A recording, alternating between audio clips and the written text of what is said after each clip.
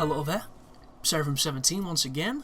This is my Call of Juarez Gunslinger True West difficulty video walkthrough. This is Chapter 9, the not so great train robbery, which is a fantastic name. And this is only an 8 minutes long video, so it's pretty short. I don't think it's all that challenging, but if anything pops up and rekindles my memory, I will divulge some info on how I did a certain scenario or how I approached a certain gunfight. But for the most, you're going to see me doing what I've been doing for the entire guide. I'm going to be hiding behind cover, I'm going to be shooting people in the face, and I'm going to be continuing on a tangent that if you're enjoying, you're probably going to relish, but if you're not, it's probably going to piss you off. So at the bottom left of the video, there is a mute button if you're not interested in the diatribe. For everybody else, sit back and enjoy. So in the last video, I was talking about what people bring to YouTube to differentiate their videos from other people's videos, and how if you search in the engine, you'll get 7 folk, all different guides. Why should you watch them? And the thing I was making is everybody essentially brings the same thing. The gameplays are essentially the same. Editing can be different, artistic stuff can be different. It doesn't matter if you're a good player or if you're a bad player, because there seems to be this common ground of bad players being enjoyed more than good players for various reasons. So the gameplay standard doesn't even exist. So a lot of people who are thinking, you know, I'm not good enough to be on YouTube, you're probably far better than most, because that's generally how this works. But from there, it comes to people enjoying the characters, because if the gameplay is not a justification for liking something, it has to be the character of the person you're coming for. It has to be the commentary, the persona, whatever happens in the videos. So let's move on to that then. We've got your super analytical guy who will analyze every part of a walkthrough, and that's that guy's style. That's what that person does. They talk about the game for the full duration and exactly moment for moment how they did it, how they beat it. And sometimes I am that guy, other times I am the antithesis of that guy.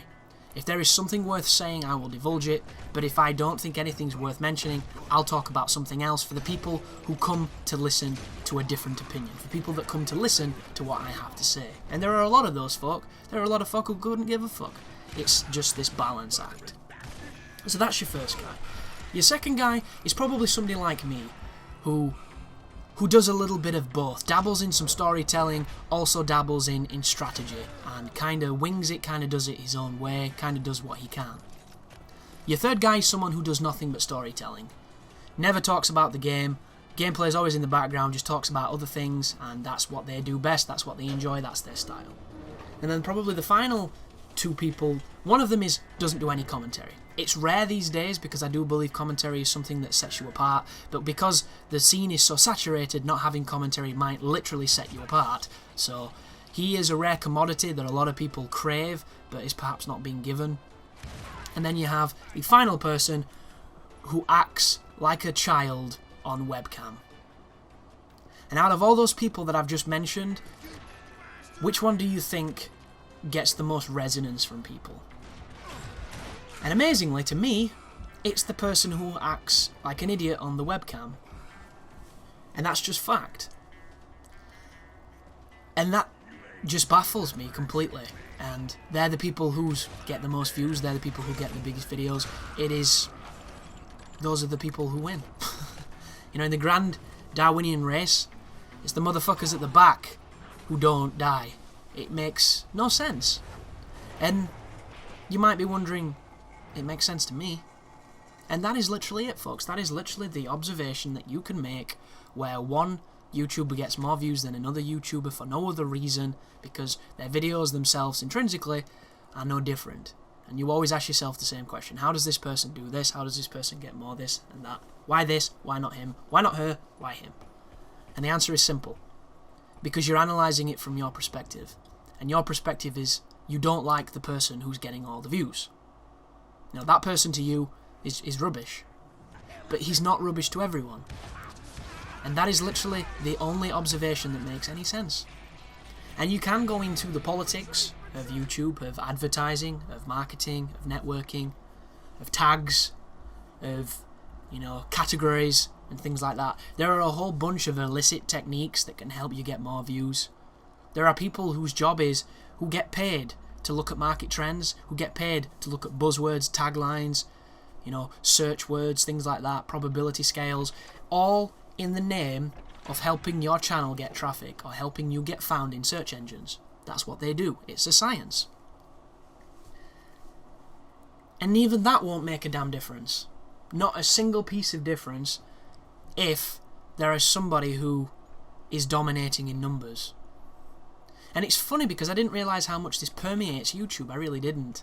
Mainly because I don't try to pay too much attention to YouTube. And you can tell I've been paying attention recently. That's why this tangent exists.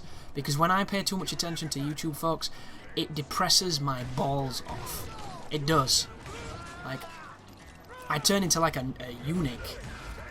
Dangle in the wind like a lost pendulum.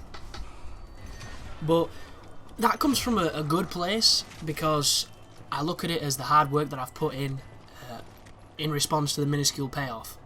And it stems from the fact that I thought at this point, when I'd been on YouTube this long, I would have made it. And I haven't.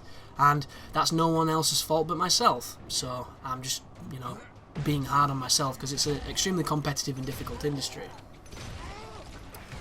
But there are so many things on YouTube that I disagree with, and when these new consoles come out, it might level the playing field, because there's going to be a whole wealth of new content providers, there's going to be a whole new wealth of new features for people to use to provide said content, and it could be really interesting.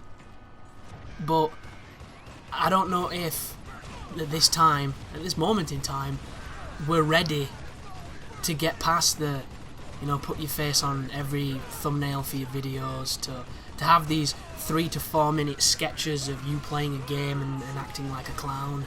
Like, I don't know if we're ready to give that up, because it seems to be so successful. It seems to be the thing that people really want. And what drove this home to me more recently was the other day I was talking to my cousins.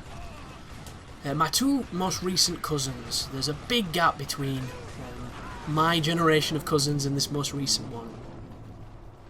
So the cousins I grew up with, we're all around the same age. We're all in our 20s now. The next batch that we got from an uncle of mine, they're at secondary school, so they're like 10 and 11.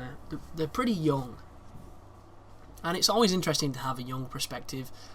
But it's a completely different perspective than I had when I was their age, because we grew up in a different world. Like, they've got fucking iPhones and iPads and everything, fucking IHOP. It's ridiculous. But